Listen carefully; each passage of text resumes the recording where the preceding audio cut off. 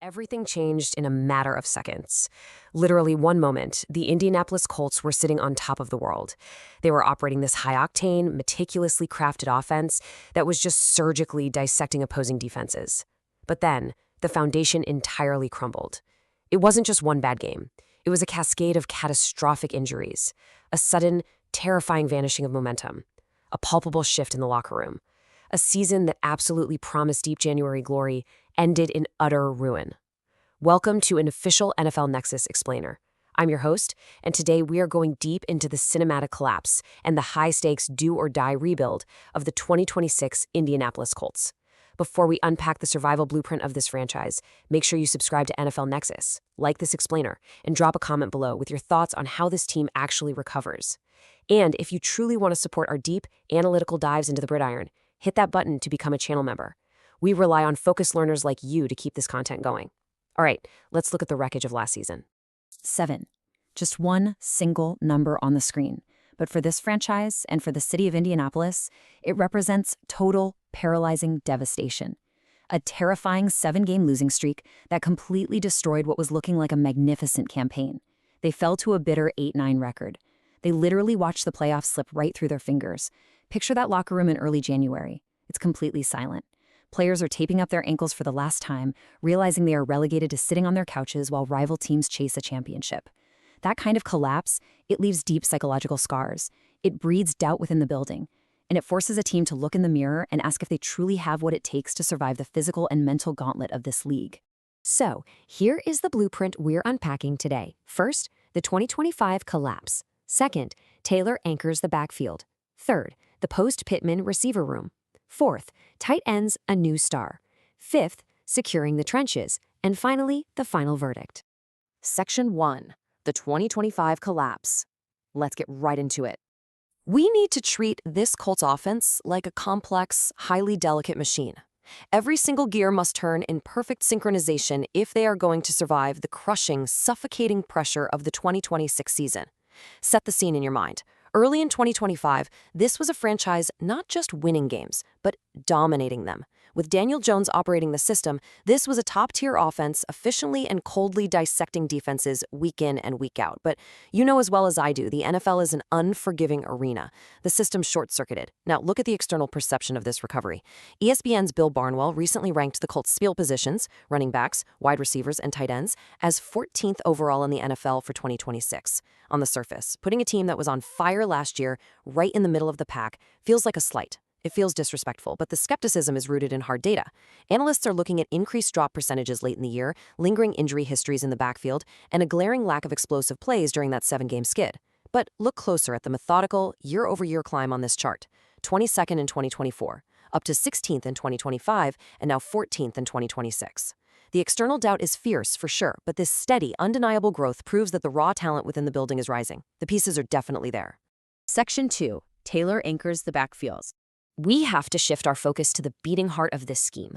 Make no mistake about it, while the passing game has flashed brilliance, Shane Steichen's entire playbook relies on one foundational principle: a punishing, relentless, physically exhausting ground game. It's a run-pass option-heavy system designed to absolutely batter defensive fronts. Without the sheer threat of the run, the passing lanes close, the play-action fakes become completely useless, and the entire system shatters. That brings us to the depth chart you see here. Jonathan Taylor is the undisputed workhorse, but look at what stands behind him. It's a remarkably fragile safety net. You have DJ Giddens, a player who hardly saw the field last year. He's essentially a ghost in this offense who has yet to prove he can pass protect against complex NFL blitz packages. And then Seth McGuaman, a rookie who showed raw, explosive burst in college. But listen, playing against Saturday defenses is a completely different universe than trying to read a disguised zero blitz on a Sunday. The jury is entirely out on these backups. If Taylor needs a breather, or worse, if he takes a bad hit, the entire weight of the franchise falls onto a ghost and a rookie. And they desperately need those backups to become competent because look at the monstrous burden placed on Jonathan Taylor. I want you to let these league-leading 2025 statistics sink in. 323 carries. We really need to slow down and unpack what that actually means. Think about the sheer, violent physical toll that takes on a human body. That is 323 high-speed car crashes. 323 times he is taking a handoff, planting his foot in the turf, and colliding with 250-pound middle linebackers whose sole purpose in life is to put him in the dirt. The ice baths, the micro tears, the bone-bruising reality of carrying the football that many times is just staggering. But through that violence, he produced 1,585 rushing yards, 84 rushing first downs, constantly keeping the chains moving on vital third and short situations, and 20 all-purpose touchdowns. The Colts have a dangerous reliance on this one man. If this offense is going to return to prominence for an entire season without collapsing, it will be because Taylor carries them on his back. Section 3. The Post-Pittman Receiver Room. So, while Taylor grounds the offense, the skies above Indianapolis are clouded with profound uncertainty. Over the offseason, the franchise made a monumental, heavily debated decision. They traded away their longtime volume leader, Michael Pittman Jr., to the Pittsburgh Steelers. Pittman wasn't just a receiver, he was the ultimate safety blanket. You know, the guy you throw to when the pocket is collapsing and you just desperately need 5 yards. Now, that blanket is gone, which leads us to this high-stakes question. Can Alec Pierce truly be a WR1? For the 4 years of his career, Pierce's history has been heavily one-dimensional. He has an elite physical profile, a 6'3" frame with a blistering 40-yard dash, and a massive vertical jump. But he's been utilized almost exclusively as a deep threat on go routes. A guy who takes the top off the defense, but isn't necessarily the one running the intricate, bruising routes required to move the chains on 3rd and 4. With Pittman gone, the spotlight is unforgivingly focused on Alec Pierce. Let that staggering number sit in the air for a moment. $114 million. That is the sheer weight of Alec Pierce's new 4-year contract. Now, in the modern National Football League, wide receiver money has exploded. We all know that. But a contract like this comes with crushing expectations. You do not hand a man $114 million to just run 3 deep post routes a game and call it a day. This massive investment demands, it absolutely requires, that he evolve well beyond his career best numbers of 47 catches and 1,003 yards from last year. He's no longer just a situational weapon. He is paid to be the focal point. He is paid to demand double teams and beat the best cornerbacks in the world on every single snap. Take a look at this elite metric from 2025, an NFL-leading 21.3 yards per catch. It's an incredible display of deep ball prowess, perfectly capturing his ability to break through the secondary. But ironically, it also highlights the exact problem. To justify that $114 million investment, Pierce must now completely evolve his route tree. He must master the intermediate routes. We're talking about the 12-yard comebacks, the sharp dig routes, the slants right across the middle of the field where strong safeties are just waiting to take his head off. He needs to become the complete receiver who can absorb those hits in zone coverage and become the new reliable target. The deep ball is no longer enough to survive in this role. And the pressure on Pierce is only magnified when you break down the depth behind him. Josh Downs is now thrust into the WR2 role. He'll be heavily relied upon in the slot, requiring his elite twitchiness and option route running against nickel corners to be flawless. Honestly, he needs to have a career-defining year for this offense to function. Behind him, well, you have Ashton Dulin, who has impressed in summer camps, but is primarily known across the league as a special teams ace. He brings microscopic offensive production to the table, recording just 40 catches over 7 long, grueling seasons. And then there is Nick Westbrook-Ikhine. This comparison brilliantly illustrates the terrifying volatility of this receiver room. Compare Westbrook-Ikhine's stark drop-off. On the left, with the Titans in 2024, he was putting up respectable numbers, thriving in a heavy play-action scheme, and flashing a real propensity for finding the end zone. On the right, 2025 with the Miami Dolphins, an absolute statistical freefall. He secured a meager 11 catches for 89 yards and 0 touchdowns. Why? Because Miami runs a timing-based, track-meet-style scheme where he simply could not generate separation against man coverage. This inconsistency demands that the front office urgently need to figure out if he can bounce back in Steichen's system or if they must scour the free agent market to survive the gauntlet of the AFC. On paper, without Pittman, this is not a scary room at all. Section 4. Tight ends, a new star. Just as the darkness seems to close in around that receiver room, we pivot to a massive glimmer of hope. Enter the 14th overall pick and Mackey Award winner, a rookie who took the National Football League by storm, completely altering the dynamic of this unit. Let's map out this incredibly diverse tight end room. At the top, you have Tyler Warren, possessing massive game-changing receiving upside. Below him, you have Drew Ogletree, Ogletree is a crushing inline blocker, absolutely essential for those dual run concepts that spring Jonathan Taylor, but unfortunately, he comes with lingering catch efficiency and stone hand issues. Then you have Will Mallory. He possesses seam-stretching speed, creating mismatches against slower linebackers, but he's a major liability in the run game. Right now, he is in a desperate fight just to make the final 53-man roster. And of course, the veteran presence, Mo Alie-Cox. But we really need to obsess over the granular details of Tyler Warren's debut. 76 receptions, 817 receiving yards, 4 receiving touchdowns. And look at that bottom line right there, 1 rushing touchdown. Let's talk about his specific, insane usage in his debut against Miami. He caught 7 passes for 76 yards and, bizarrely but brilliantly, earned 3 rushing yards lining up as a fullback. Picture the sheer confusion of the Miami linebackers, frantically pointing and scrambling at the line of scrimmage as a 250-pound tight end motions into the backfield and takes a direct handoff. This kind of versatility propelled him to a Pro Bowl nod and a franchise single-season rookie record for catches. He's a player who defies categorization, literally forcing defensive coordinators to spend extra hours in the film room just to figure out where he is lining up. And we can't ignore the vital importance of Mo Alie-Cox. 16 career red zone touchdowns. Now, the 8-year veteran isn't going to light up the stat sheet between the 20-yard lines, but when the field shrinks, he becomes a total nightmare.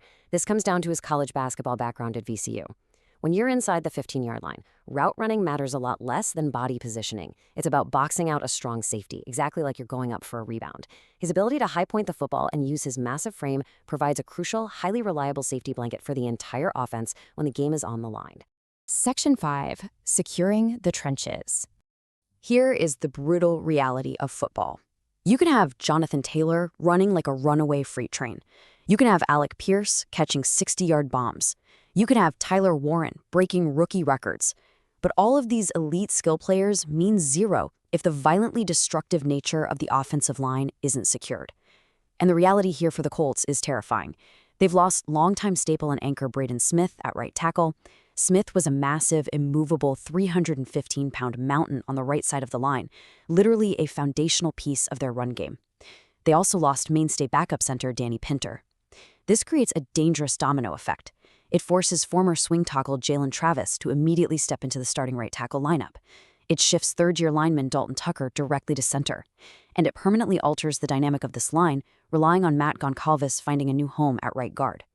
Losing a veteran anchor leaves the depth chart frighteningly thin against elite pass rushers. This brings us to a crucial concept you absolutely must understand: the swing tackle, the 6th man of the offensive line. This is an unglamorous, brutal, and often entirely overlooked role. Consider this hypothetical scenario. It's the second quarter, you're on the road in a hostile, screaming stadium, and your starting left tackle rolls his ankle at the bottom of a pile. The swing tackle, who has been standing on the sidelines freezing cold, has exactly 10 seconds to find his helmet, sprint onto the field, and in the blink of an eye step into a high-speed car crash. On third down, he has to immediately block a generational edge rusher like Myles Garrett. Finding a player who can seamlessly handle that immense pressure is literally a matter of life and death for the Colts season. Which introduces us to the ultimate secret weapon, 4th-round pick Jalen out of Kentucky, 6'5", 312 pounds of pure power.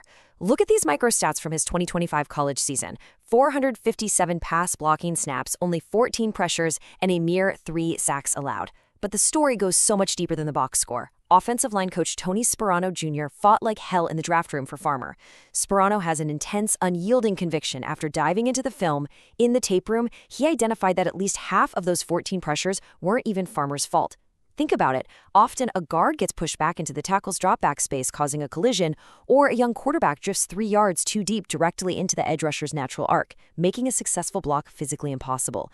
Sparano saw past the raw stats. Farmer brings a devastating blend of agility, length, and football IQ. He is slated to be that life-saving 6th man. Section 6. The final verdict.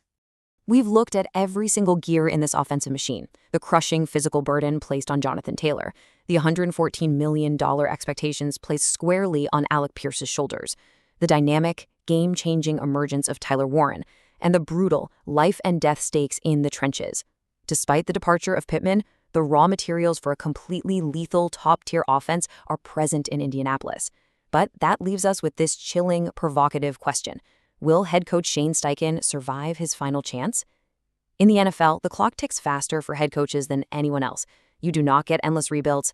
All these microscopic roster details, the development of a rookie swing tackle, the precise route running of a deep threat receiver, the bone health of one running back. These are not just footnotes on a depth chart. They will be the ultimate deciding factors in a man's career.